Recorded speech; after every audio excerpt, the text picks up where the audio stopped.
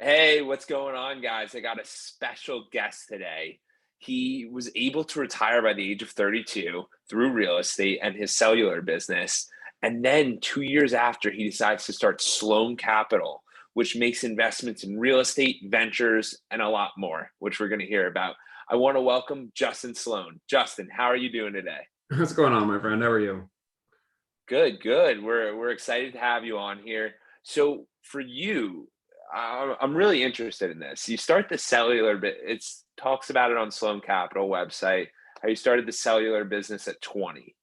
What was the driver there? Were you in college? Were you just graduate? Like, what was the going through your head where you're like, I'm gonna take all my money and go start this business? What was the thought process there? Yeah, so I learned kind of at an early age the love of commission, right? The harder you work, the more you can make.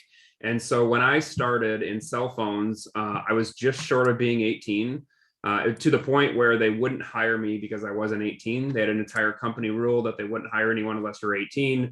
I was 2 months away from being 18. I literally made the head of HR sit down in a meeting with me and told them, like, hey, you need to hire me. It's only 2 months. Who cares? I'll be your top salesperson, like, just guaranteed. And so that's what I did. The first year that I started there, I was the top salesperson. I literally had just turned 18. I won a free trip to Cancun.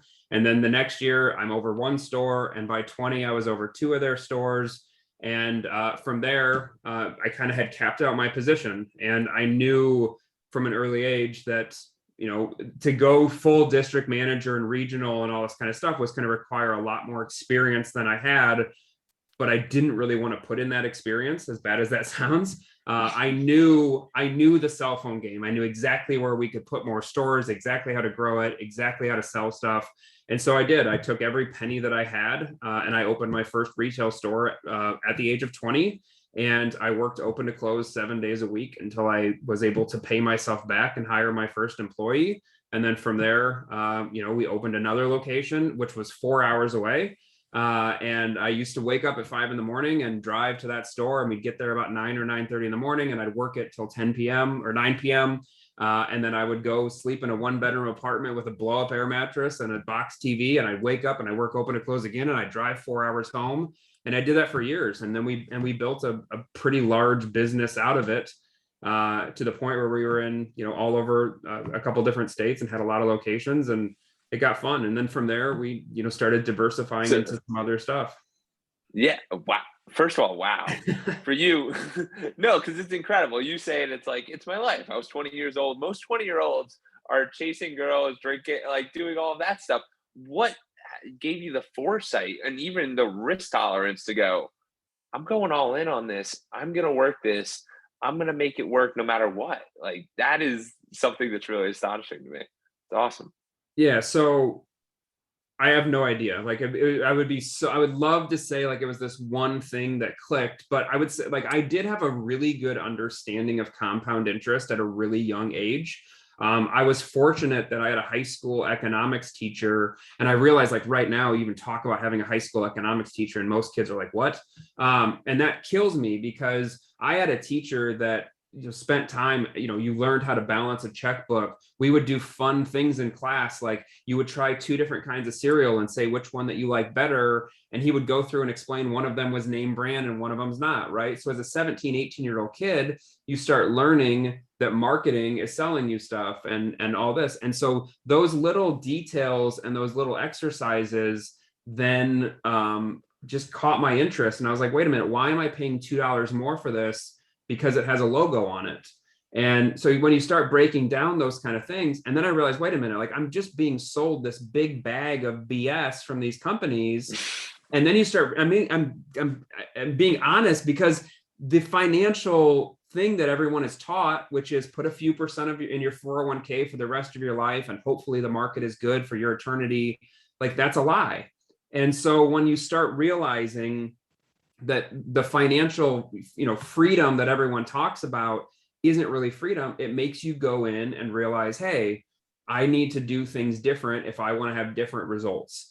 And so one of the things that I think is just astronomical is when you're early starting, it's a really slow grind, right? You're saving $50 here and $100 here and $50 here. And you need to get a good amount of dollars working so that they can start compounding. And those first few years are tough. But what happens if you live really under your means, those first few years, you can actually build quite a big nest egg. And so that's what I decided to do. Rather than go out for dinner every single night and go out with friends, I just worked, because rather than go spend $100, I made $100. And so all of a sudden I was $200 ahead of everybody else. You do that every single week, then it doesn't take long before that compounds and that compounds. And then, we got to a point where we're buying a house every single month and it just scaled like crazy for no reason other than you let it just play its course. And if you buy something and then it's an expense as well, you have to raise your income forever. Whereas if you take the money that you have and invest into things, you can raise your lifestyle accordingly without actually having to go work more. Yeah, I could tell you love financial literacy. And I was smiling during all this because I saw your excitement, but it's also because I realized that as well. Like I'll tell you a little story real quick, but when I was younger, I realized about Oreos that are like $3.50, and then there's Awesome O's that are $1.50. And my mom would not eat Awesome O's. Like, she loved the Oreos. So I bought Awesome O's one time, just put them in there. She ate it, told her they were Awesome O's. She threw them out. And I go, it's the same thing though. Right. So when you said that name brand thing, it really hit me. So for you, you're building out your business. I love those thoughts of elaborate on what living below your means is. And then also let the people know, when did you have the foresight that your business was doing well enough that you were able to make that jump to, I'm going to look into real estate, I'm going to look into alternative investment vehicles? Yeah. So I'm going to give a retrospective view, because in the middle of it, I wasn't this smart. Okay. I had to make a lot of changes because the cell phone business that I partnered with was a regional company. And so after owning that business for about 7 years, their technology started getting really delayed, right? All the other carriers were launching LTE, they were launching iPhones, they were launching many things. We were 3, 6, 12, 18 months delayed on a lot of these, which was really hurting the core business. And so the actual progression was open crazy retail store, as many as we could, hire more people, dollars were coming in. And then one day it was like brick wall. And so the competitive edge that we had as this business, which was this low price regional carrier, people started wanting higher technology, which we weren't able to do. And so it was at that point where I said, hey, I don't want to open any more retail stores at this time. So we're going to pause the growth of that, but we still have a good business. So how do I find other things to invest in rather than just go spend the money, right?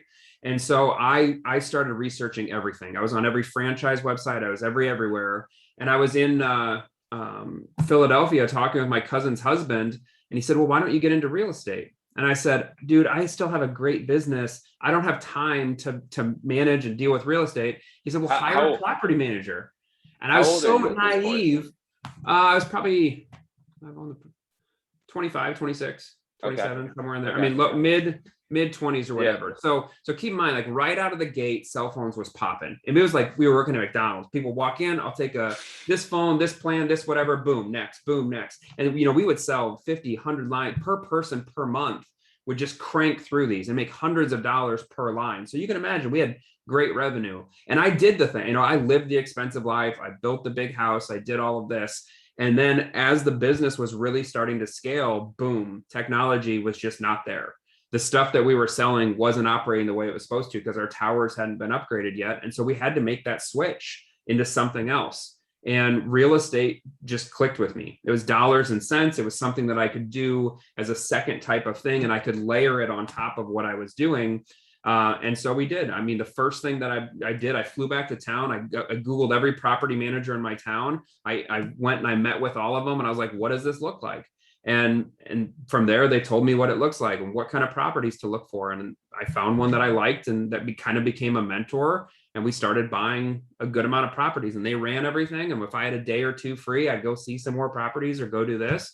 And I made it so that if all of a sudden cell phones were gone, I didn't care. There was another business there that made it diversified. And when you get to that point, like that's where you can get having a lot of fun, right? When you get to the point where you have lots of different businesses that all pay, now you can stop thinking short term with them and start thinking long term, because short term, if one's not working perfectly, okay, how do we make it rebound completely? Because I'm not in a pickle because I have these other sources of income right now. And so we just kept scaling and living under the means, making sure that we're diversifying and continuing to invest in other things. And then from there, it turned into businesses and now into other opportunities. And who knows where it goes from here. Yeah, I mean, it's absolutely amazing because you get to sit there and you get the whole perspective of, I don't have all my eggs in one basket. And that basket used to be the cellular business. Then you diversify into real estate. So when you were going into real estate, how many houses were you getting? Like, do you know how many were the first year? Like, how was that growth trajectory on that end while the cellular business was kind of slowing down? Yeah. So the first thing that I bought was 2 little fourplexes. Okay. Now I'm based out of a small Midwest town. I realize I do business kind of all over the country, but the town I'm in is 250,000 people, 3-bed, 1-bath slab homes I could buy for 90 grand a piece back then. Oh, wow. And we could flip them and put 10 grand into it and rent them all day long. And so, we started with these fourplexes, and then it was like buy a house, and 90 days later, buy a house, and 90 days later, buy a little house, because I could put 10 or 15 grand down on them, cash flow $300 a month, have somebody else that managed the entire thing. And it was just like, boom, next, and so we created this system. And then from there, so at one point I bought a strip mall that I was located in with one of my cell phone stores. So now all of a sudden I'm paying myself rent, which was basically equivalent to the cash flow on that strip mall. Boom. Now that retail store is free. That makes that, so it's again, that layering process. Sell 3 houses, buy another strip mall. Now I own things like Dollar Generals and, restaurants and big apartment, things with 15, 20-year leases on it. So we stagger things over longer periods of time now, but it all starts with that one house, right? That one small going and doing it, then sitting back. And what's crazy is over the last many years, I've mentored lots of people. I've made lots of people millionaires. The only difference with the people that crush it and those that don't are those that are fine with delayed gratification. I can't tell you the amount of time I teach somebody how to buy a rental house or two. They buy the rental house or two and they go lease the $700 car. Well, all that work that they did makes it so that, 37 minutes every day, you get to sit somewhere nicer. But what would happen if you took that $700 a month, put it in a savings account? Now every 2 years, you can buy another house and another house. And when you do that over a long period of time, all of a sudden the income makes it so that you can increase your lifestyle and still live under your means, right? If for every 300 you make, you raise your lifestyle by $100, now you're sitting there thinking, how do I go make more money rather than how do I go spend more money? And it gets a lot of fun. It's so much work to begin with, and it's so underappreciated. But when you really understand the math behind it, it makes sense. It doesn't make sense not to. Like, why in the world would you not spend a few years to build up the nest egg one time at a younger age so you never have to do it again? Because, when you look at national net worth of people and where people are retiring and all of this, it should scare people. We should be legitimately worried that we're not on a path that actually equals what we think we're headed towards. And anybody can do this. You can get onto moneychimp.com, type in how much you have right now, how much interest you think you're going to make on that money, how much you're going to contribute every year, and what year you plan on retiring. And if you do that and it's not the number you want, now you have to start understanding what moves those numbers. And the biggest thing that moves those numbers is getting dollars to work early. If I've got a $5,000 net worth at 25 and I'm putting $100 a month in, cool. My net worth goes up by 2% every month, right? That's great. But what happens if you cut out the extra eating, maybe take a less trip, drive a cheaper car, rent out a room to a buddy, whatever that might mean? Now, all of a sudden, my net worth could go up by 20% a month. So every single month, I could be going up the amount of a year early on. And you can literally skip a decade by making good decisions as a 25-year-old, compared to doing the same thing everybody else does, which is put the little bit away and then wait until, 35. And all of a sudden it's like, yeah, I got 20 grand. Or you could just crush it at 25, get that 25, 30, 50 grand, and then just let there and sit and compound. Man, it's all time, right? And if we have time, you don't have to be a genius. You just got to get it to work. Yeah. Yeah. I love your conviction about it, because this is something I've realized early on, that it's not cool to be broke. Like, it's not cool to be flashy. It's not cool to be any of those things. Those are all like, dude, you can go drive that $1,000 car. You can drive it. I don't want it. Yeah. I don't want it. Throw it away. Well, it's a mental IQ thing, right? When you're Yeah. 20 years old, you think everybody around you cares about everything that you do, right? So the car that you drive matters not only to you, but it matters to everybody. The clothes that you wear, the trips that you go on, the girl, whatever it is, you think that everybody's paying super close attention to your every move. You start talking to people that are 40 and 50, and they're like, hey, do what you want. If it's something that's important to you, go do that. And then you go talk to 78-year-olds, like, nobody ever cared. Nobody ever cared about anything you were doing the whole time. And that is so real. So if you're making financial decisions with the intent of pleasing others, just know that it's costing your future self. And I promise you, when you start talking to the older generation, they'll tell you nobody cares about what car you drove when you're 26. You're going to have a couple pictures of it somewhere, and then it's going to be like car number whatever when you get further in life. But the consequences from driving that car at 26 can be something that pay off, right? That $600 a month that you're wasting, if you put that $600 into an investment and did that consistently for a period of time, now all of a sudden you can drive whatever car you want for free. Like, yeah, I have multiple vehicles. Guess what? They're all paid off. Like, I don't even think about it because they're paid from business income. That is money I worked for one time, put into something. I clip coupons for, till Jesus comes back. And that's all there is to it. And it pays for the lifestyle. It's great. Yeah. And that's the thing. It's the investment in yourself early on to say, I trust myself. I'm going to make this happen. We're going to work on this. And this is the objective, the way it's going to go, so that by the time you get to a certain age, you can go, I'm good. Yeah. And you don't have to earn extreme amounts of money to make this happen. It's just the consistency of the action. You can do this with $1,000. You can do it with $100,000. You can do it with $1 million. You can do it with whatever you want, but it's all got to start somewhere. So you start buying these houses, and then you're living below your means. And when did you realize that you're like, I'm good? I'm like, I don't have to do anything. I can chill. Yeah. So as the cell phone business continued to get a little tight, margins got tighter, different things happened, and the technology of that company was still just way far behind. So the writing was kind of on the wall that I had a period of time which I could either sell or exit or something.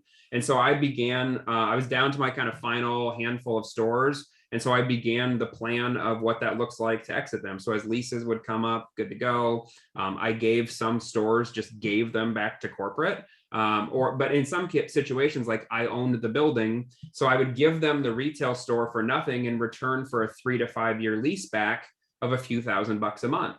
So what I did was I, took a business that to me wasn't worth all that much, but I guaranteed myself income from it for years to come, and guaranteed that my strip mall would be full, even with me not being there. And so I just started making the plan, and literally on a day, and I don't know, it was 5 years ago, I put my the last month of the final retail store, I worked the entire store open to close for the last 30 days myself. And we wound down the business. Customers come in and buy a phone, I'd give them as many accessories as they wanted, just because it was, otherwise they're going in the trash or going back to wherever. Yeah. And so we just wound it down to the point where the last few days, there wasn't much in there. Everything, I had some people come in and grab the cabinet, said, hey, take them for free. And that was it. My plan was to live residual off my real estate at that point. I had built a very nice portfolio. And that's what for 2 years, that's what I did. I golfed 80 rounds a year. I traveled, I hung out, and I hated it. I really my hobbies became my job. I talk with people all the time about why, you literally had complete freedom of time, but I did, but I wasn't doing the activities that were fun. Yeah. Yeah. And that's always a fascinating thing, because people get to that step where they're like, oh, I want the financial freedom, I want this, I want that. And then it's like, what do I do with my time? Where do I fill that? So for 2 years, you spent it golfing and just hanging out, and that wasn't fulfilling you. So what was the next step for Justin to go, I got to make something happen. We got to do Yeah. something here. So I do want to clarify. So during this time of chilling out, we're still buying some real estate here and there. I'm still investing in some stuff, but it's all passive. And I was on a golf course playing in a member guest tournament, and met somebody who had a local business here in town that it was in the contact center space. And they had a need to bring on some more clients and some bigger name clients. They were kind of, they had a single client that they were very heavy on who had started outsourcing some of their business overseas. And they needed someone to kind of come in and help with that. It was an opportunity to potentially save or bring hundreds of jobs to our town and get to work on some cool projects. And so I did a small stint there where I kind of headed up their sales. They made me VP of sales. And ended up signing a couple large Fortune 50 companies for them and got them diversified, but it wasn't in something that I was super passionate about, right? It was business, and it was growing business and signing deals, but that specific thing wasn't something that really lit my fire. And I think it was okay for me to say at that point, like, hey, this was fun and it was good and I gained things from it, and I helped the business that was geographically all over the place and learned some cool tools from that. But interesting enough, right after Christmas of 2019, I kind of sent my notice that said, hey, early next year, I'll help you wind things down, but I'm going to be done. And then, 90 days after that was COVID. And so that's where things obviously got just crazy different with everything. And the shifts continue to happen, and the shifts with business and what my goals were continue to shift through that, and the opportunities happen too. Yeah, absolutely. COVID was something that, that's how I created the podcast. That because I knew that to reach people, they were going to have more time, they were going to be more available. So I was like, why not make it? So I don't have to travel to Justin. Justin doesn't have to travel to me. We don't have to try to coordinate schedules. It's just, hey, you got some time on the calendar? Perfect. We can schedule a podcast. Absolutely. So for you, what were some of the opportunities that came amongst COVID, and what happened? Because a lot of people, the reason I bring this up is because a lot of people, and still today, view it as a very negative thing and are struggling with it. And it's difficult to see that growth mindset. So I'd love for you to share on how you found growth in this. Yeah. So again, because of the fact that I have my hands in lots of different things, it was okay for me to say real estate might not be great this year, right? For the last 11 years, it's been going straight up. But if I have 1 year that's not that great, okay, or some other different, things that were invested in their businesses. And so the number one thing that I did in 2020, and I hate even saying this out loud, but it is what it is. I didn't let any of my tenants go out of business. That's it. And I have dozens of tenants, businesses, huge businesses, single moms, and everything in between, right? And no matter what, I wasn't going to kick them out. I didn't tell them this. I hate the fact that I'm even saying it right now, but this was my absolute business plan. I told my bankers this. I told everybody. I said, I don't care how much I lose in 2020. What I need is them in business in 2021. Yeah. And so I did. I lost 6 figures plus worth of rent. A lot more than 6 figures, let's put it that way. Yeah. But I don't care, because you know what? My properties are 99.7% full right now, and they have been all of 2021. I have one tiny retail space that's 1,000 square feet vacant in my entire portfolio. And I did so by finding these businesses. And when they're struggling, I didn't sit there and try and get every last little penny and walk them out, because there's nobody to replace them. If I've got a restaurant that's a mom and pop restaurant that's been there for 10 years and they've been grinding it out, why would I just kick these people to the curb? They pay me every month for years and years and years. And now there's a time where where they need help, and I just turn my back and I just refuse to do it. And so by doing that, it positioned me in a way better way than I ever realized, because I've come out of COVID with a portfolio that's doing just as good and actually better. And for the people that did end up owing rent, guess what? We figured out ways to work it out otherwise, right? We can spread it over the next 5 years of your lease, or if you renew, I'll give you a couple months for free, or things like this, which then gave them runway to go be more successful in their business, which creates relationships where, do you think any of these people are going to leave right now? Last year, when the worst possible thing in their entire business, their entire life, their entire everything happened, and we sat down, we had conversations like this. I would get involved in their books. We'd go to mini business school. Hey, have you thought about this? Hey, have you signed up for this? Hey, did you know that there's this program available? And all of a sudden, through that coaching, they save their businesses, they save jobs, they save this. I save a tenant, and we get to go back to the way everybody wants it, which is being left alone, right? They want to be left alone for me. I want to be left, like they want to just run their business. And so when these challenges happen, I think the easiest thing is to go way overreact and the world's crumbling in and all of this. But sometimes you just have to realize that if you're going to be into something for a really long period of time, there's going to be crazy ups and downs. And through that is where the opportunities are. The other opportunity for me, and the realization for me last year, was I'm too heavy real estate. You know, for the last few years, we've been doing some venture investing into some different businesses, and, you know, investing in like lots of different things. It could be crypto, it can be watches, it could be precious metals, it can be stocks, bonds. I love every single asset class, but real estate was by far my biggest asset class, and by far the amount of money that I had spent the most.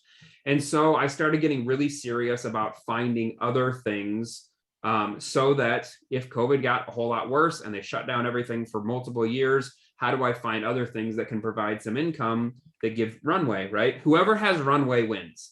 And so I wanted to find everything that I could to give myself more runway, more diversity, more opportunities, and just less in one basket.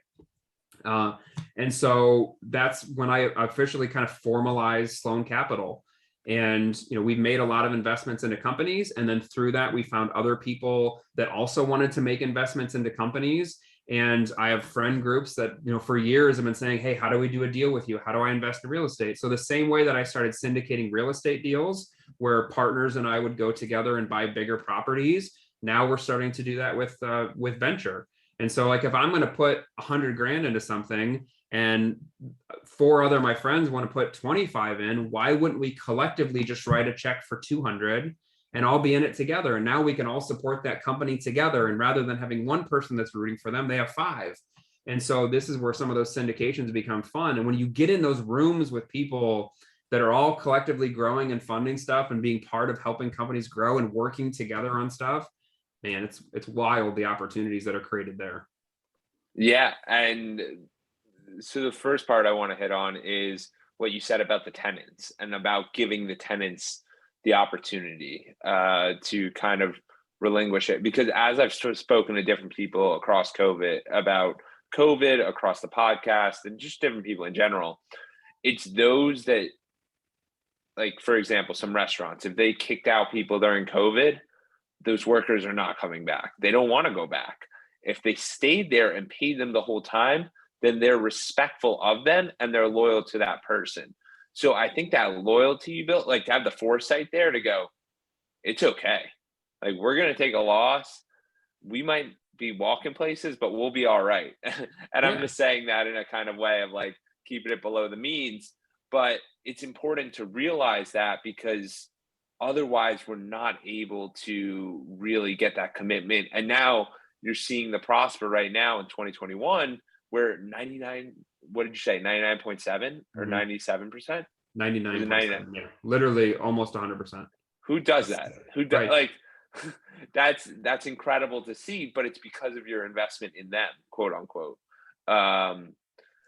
And then the other thing in life in general, I want to hit on this over and over. Like, if we're going to play this long game of life, then we should expect there's going to be lots of ups and downs. And if the down is simply that we don't make money for a short period of time, that's not a real down, right? A real down is the building burns down, I get hit by a car, there's real problems that can happen that are long-term major issues. But if we just simply have to have some conversations about how to get through a tough time, it's not really that hard. Yeah. And I think that's a great perspective. For myself, there's no bad days unless someone close to you passes away or yourself. Because if you really take it in that perspective, then it's like, okay, this business deal didn't happen. This real, like, my place is vacant. Who cares? Yep. Like, who cares? You're looking for problems. Right. You don't need to look for problems. I If can you be want to super enjoy mad yourself. about this 1,000 square feet that's not filled, or I can look at it and be so grateful for everything that is filled, right? There's always going to be another level, another level, another level. And whenever you hit that level, then all you do is get reminded that there's another level even past that. So why not sit back and enjoy the fact that we are in this exact spot right now? I know for a fact that 10 years ago, I wished on my hands and knees that I could be to a point where I didn't have to go into a store 7 days a week, 12 hours a day. Guess what? Hopes and prayers only go so far. Going and actually doing it makes it so you don't have to do it. I think that's just a brilliant point, because a lot of us always second guess how far we are along or where we are today, and we wish we were further, whatever it is. But we don't realize that 10 years ago, if you think about it, this is way further than you ever thought you'd be in that moment. And you're like, why didn't I think bigger? God, yeah. You know what I mean? And that's exactly how I set up my stuff, though. Like, people think I'm joking when I say for the last like 11 or 12 years, the first of every month, I've calculated my net worth. Now, the reason why I did this, and I mean, I have notes to myself from 12 years ago, every month on the month. Okay. Now, why did I do this? 12 years ago, I work 80 hours a week for an entire month. And at the end of it, I might have $200 more in my bank account. Okay. Like, it wasn't like we were just raking in money and all of this, right? We're expanding the business. We're hiring more people. We're taking it, I take a loan out, I buy something, we buy a, whatever it might be. And so it was really tough for me at the end of certain months. I would have borderline mental breakdowns, right? I'm not sleeping. I'm eating terribly. I feel like I'm working all these hours and I feel like I'm not making progress. But when I started tracking my actual dollars in, dollars out every single month, what I realized was, hey, you know what? Last month I made my house payment and that brought down my mortgage by $1,000. And I paid off this loan on this building and that went down 1,000. And this was 500 and this was 200 and that was 100. Now all of a sudden it's like, okay, so this month I increased my net worth by 1.2%. Well, what happens if I do that every month for the next 5 years? And I would go on moneychimp.com and or create an Excel thing that was like, if I can increase my net worth. And so then I would start setting a goal, right? Well, then large numbers come into effect, right? If you have $1 million net worth with the goal of increasing your net worth every month by 1%, then you need to add 10 grand a month. The second you get to 2, 3, 4 million, if you want to do the same 1%, you got to make 20, 30, 40 grand a month. So then you have to start figuring out creative ways to get more dollars to work to hit that same goal.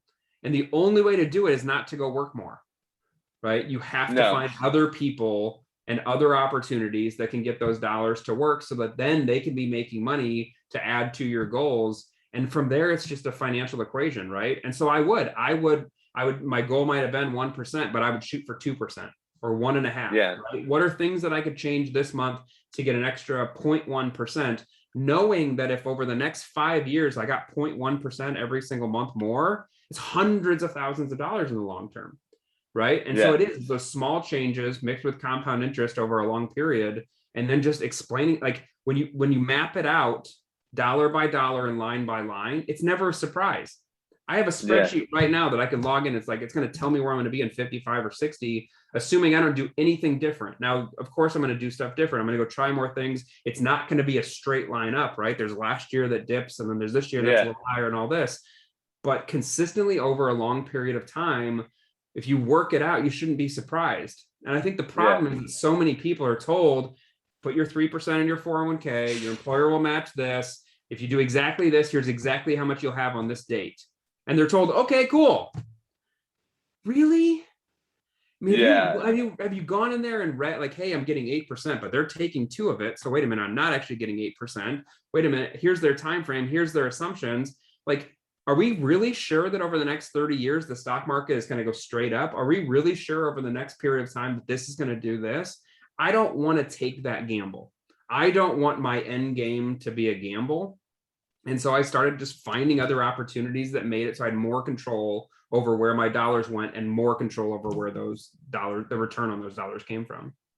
Yeah, yeah, that is so pivotal right there, where you're talking about measuring and monitoring your net worth.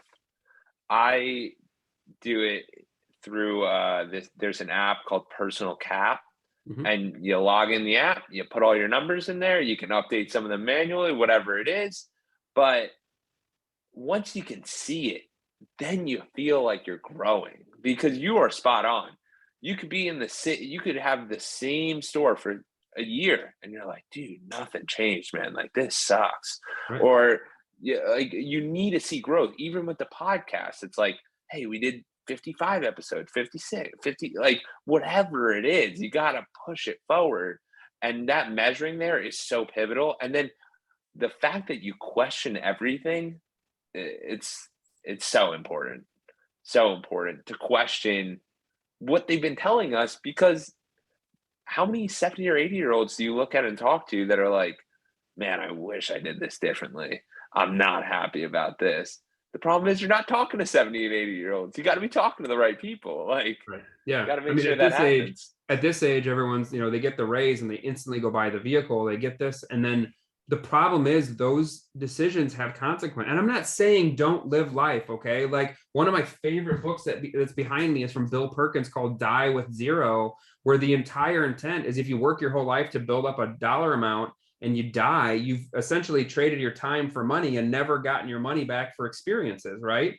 So for Yeah. me, it's this balance of being able to create a life that allows me to do what I want to do, use dollars in a way that I want to, but not be a slave to having to go into that job every single day and do that, right? Because all of our goals, even every single one of my employees that works for me, my goal is that they understand how to not work for me anymore, right? I mean, that That shit, is, it's yeah. true, because if every single one of my employees just feels like all I'm trying to do is get margin out of them for the rest of their life, no. Whereas when my store leaders, I'll take them to business school with me. We'll go through exactly how food costs are, what prime is, how to monitor labor, how to go through scheduling, how to look at these expenses, how to go out and get into your community, make a few more friends, what that means to the business. If I can have people understand all of that stuff, they're going to be better for my company. And whether they choose to stay or they choose to go, in the time that they're there, they're making the company better rather than just, doing the minimum to get by. And over time, again, that compounds. Everything compounds. Well, Good well, decisions compound. yeah. And I just want to note that it's not even the company. Like the company is important. Yes, that's being helped. But let's say 1,000 people go through your company. Okay, they're all going off and they're telling their kids, like the impact that Justin Sloan has is much bigger than we took this one person to business school, because it's now everyone. Did you hear what Justin told me about? Like, you know what I mean? Your impact is exponentially greater. No, I mean, it's awesome when you really think about it. So I hope you're right.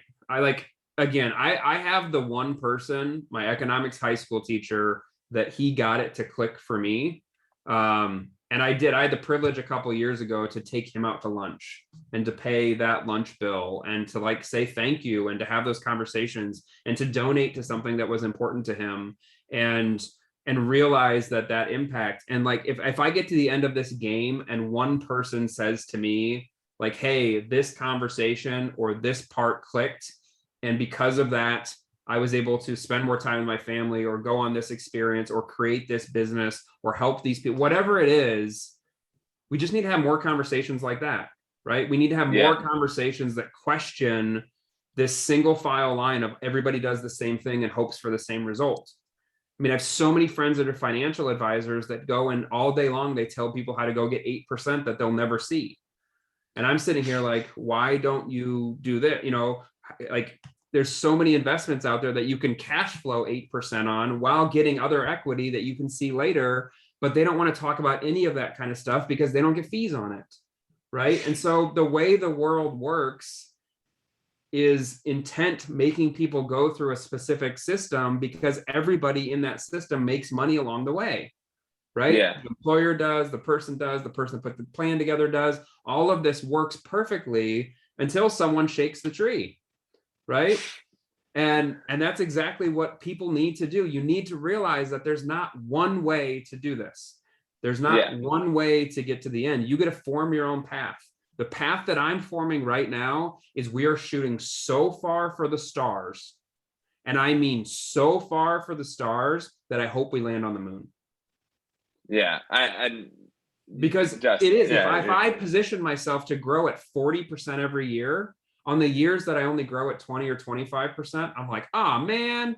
And I'm like, yes, right? Because a bad year then is still an astronomically good year. And so when you build the business to be extra, to do more, to grow higher than you ever think, even if it doesn't hit those numbers, who cares? yeah. If I try and grow at 30 and I only grow at 12, I still grew at 12%. If I can grow at 12% every year for the rest of my life, it's stupid.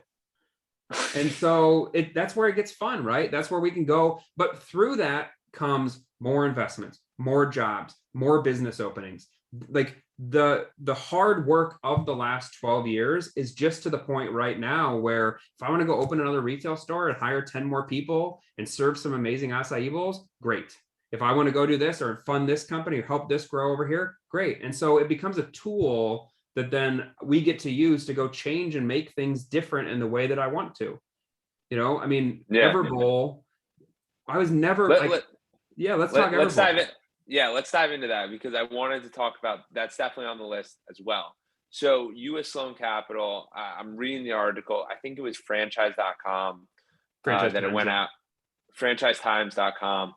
And I'm looking at it and I'm reading it. And you talk about this moment about how you met Jeff. Jeff's the founder of Everbowl. We did a podcast a couple ago. So you can check that out if you want to learn about that concept. But what Justin did is he went out there, visited him in San Diego, and then you said in there that you're like, I just signed up for a full-time job. And I read it and I'm like, this guy retired. Why what was the thought? Like what was it that happened there that really start from the beginning that really drew your attention to Jeff and then the whole concept? Sure. So much like I did in real estate, I started creating ways that deal flows would come through me, right? Position myself in a way that it's like, hey, I like real estate. Here's real estate. Everyone in my town would call me every time they had a real estate problem. And so I kind of started doing the same thing in venture. I started talking with people and sitting in rooms where they were raising dollars. You know, I got, on Angel List and all these different places that have a lot of venture stuff. And I just started reading and absorbing. And over the last few years, I mean, almost every day I get an email with some sort of company that's raising something, right? And so if you see 365 opportunities a year, 2 days ago, we funded our 4th company this year, right? So I'm funding 1% of stuff that we're seeing. But the beauty in that is when you see something really good, it stands out. And that was Everbowl. So I went to this conference. Jeff was speaking and talking. We rented out the Diamondback Stadium in Arizona, and we're like hitting incredible. on the field with players, and they set up an Everbowl. And I'm sitting there eating this thing. And again, like I never went there. When I flew in there, I had no idea what Everbowl was. I had no idea this concept, but I sat there and I ate this thing and I talked with Jeff. And I'm like, this is like really interesting, right? Because this is what I want to eat. I come from a place where it's all burgers and fries and fast food. And I'm sitting here thinking to myself, like, this is the kind of food that I want to be available. I don't want to walk into a Subway sandwiches. I want to walk into this. And so my intent was to invest in the company, and I started having conversations, and like within 10 days or whatever, I flew out to San Diego with the intent of spending a couple of days there and going and seeing a lot of the stores and understanding the business concept. Because of my background in real estate, there's probably some ways that I could have helped and helping them find new locations or analyze their existing locations. We just thought, hey, let's get into a room and see where there's an opportunity. When I started going around to the stores and talking with the customers and seeing the reactions of people that eat this, and then I ate it for a few days in a row, and it was like, wait a minute, like I feel better, like I have more energy, like I'm sleeping better. And I was like, wow, I really want this. So it literally just started hammering down a conversation with like, how do we do this? Where's our best chances of opportunity? Where's the next phase of growth? And that company is growing at such a rate that by buying a territory like I did, it allows me to go activate that while they can focus on the other 49 states. And we're creating a partnership that is essentially just allowing more people to come into the Everbowl family. And so I opened my first store there about a month ago, which is great because it shows proof of concept. We have 2 more in the works. And then, the phone, there's already like 100 and some people from all over the state of Texas that are reaching out and want to open their own locations as well. And that was my goal, right? My goal was to show people as much as I could this ridiculous opportunity with so many great things, right? It's a business where you're creating jobs. My employees are like, they're getting to smile and be friendly with customers, and they're not getting burned by grease traps and fryers and all this. And we're serving things that are making people better, right? If we can take people who have 21 meal choices a week and get them to change 1 or 2 or 3 of those into something that's natural and vegan and makes you feel better, like there's so many layers to this business that are opportunistic, right? It's fun to create jobs. It's fun to do something you're proud of. It's fun to make money. It's fun to expand. It's fun to do stuff. And this was one that I was all in. So yeah, I bought myself a job. And that's what I like. And the majority of the stuff that I do around, yes, we still make investments in other companies, but that's a passive thing, right? And so when an opportunity where you have real value to add, and it's so passionate about something like this, I can't, every time that we sign another lease, or I'm on the phone with a franchisor or whatever it might be, it's incredibly opportunistic to have people see these opportunities. And some people think I'm going to open every single store in Texas myself. Absolutely not. So I can feel your excitement, and I love it, but I just want to let the audience know. So what Justin did is his Sloan Capital bought the right for 50 of them, 50 Everbowls in the state of Texas. Yeah, so essentially I bought the rights to the first 50 locations that will be open in the state of Texas, which means that I can open them myself, or I can also sell them off to others who might be interested.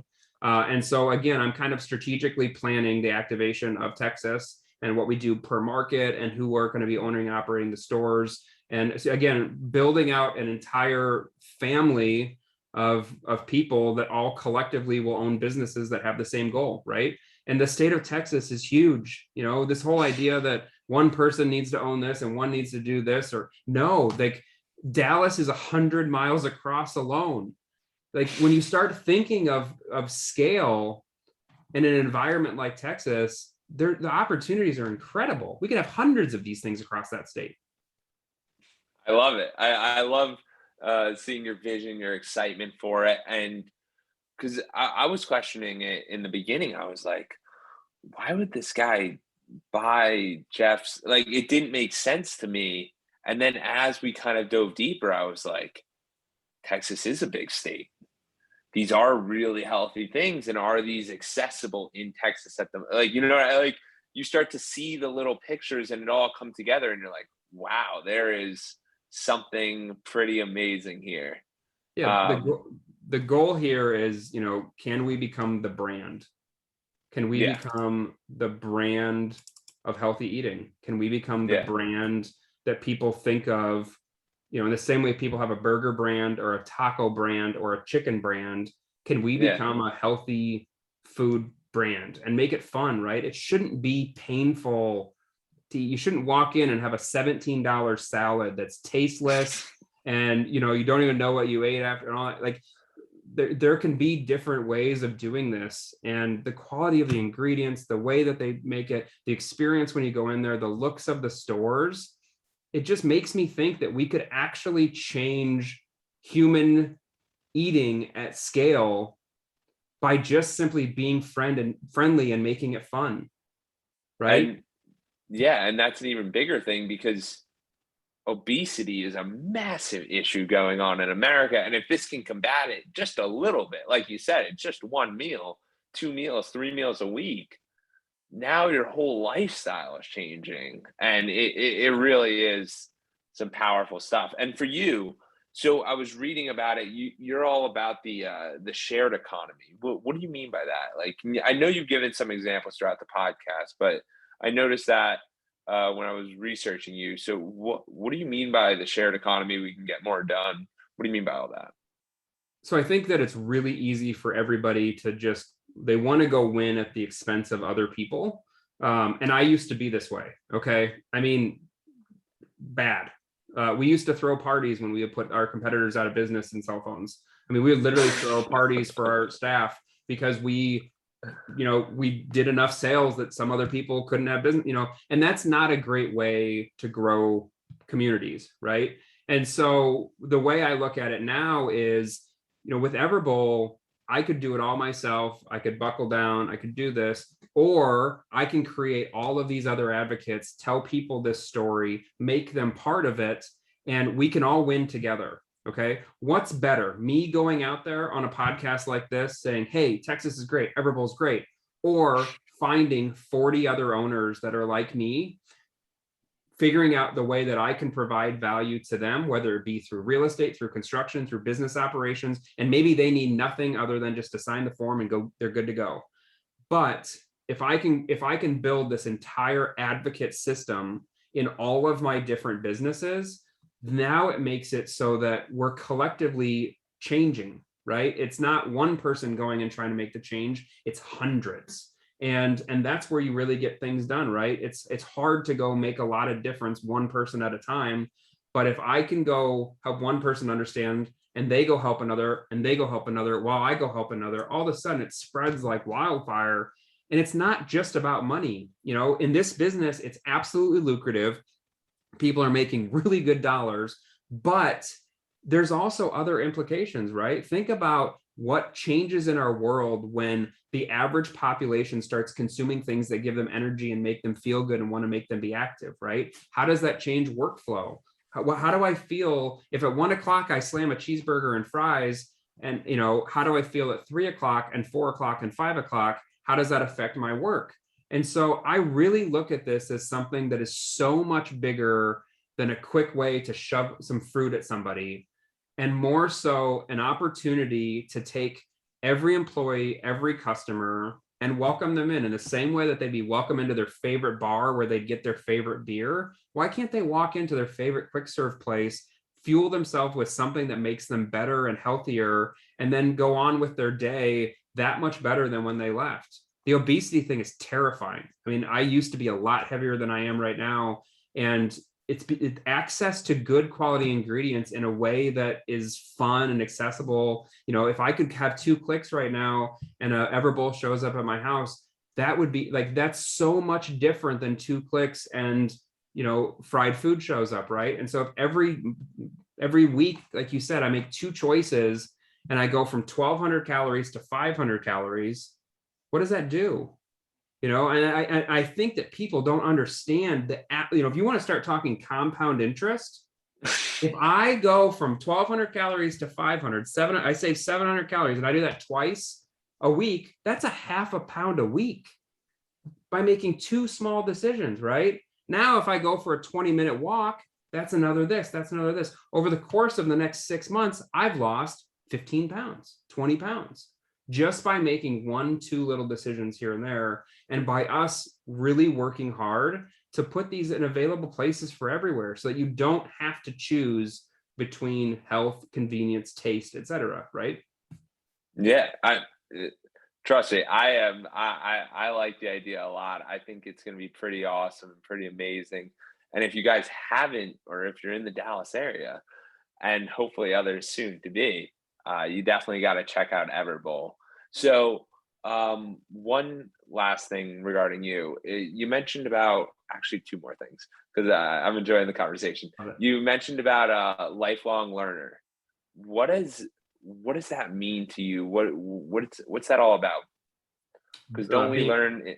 Yeah, being wrong as much as possible. Yeah. Right. And so whether it's making an investment into a company, hiring someone, opening a store, whatever it is, I don't care if I'm wrong. Right. If I'm going to play this game for 30 more years or for however long I decide I want to play it, who cares if we're wrong short term? Like, like if I opened this business and it flopped and it failed and if it went to 0, who cares?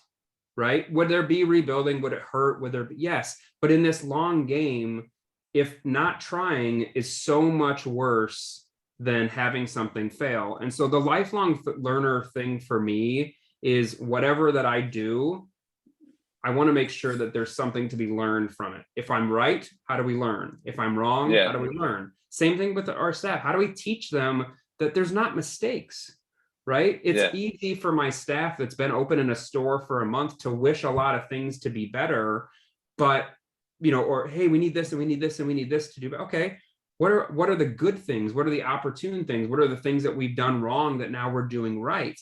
What happens when we make those decisions for the next long period of time?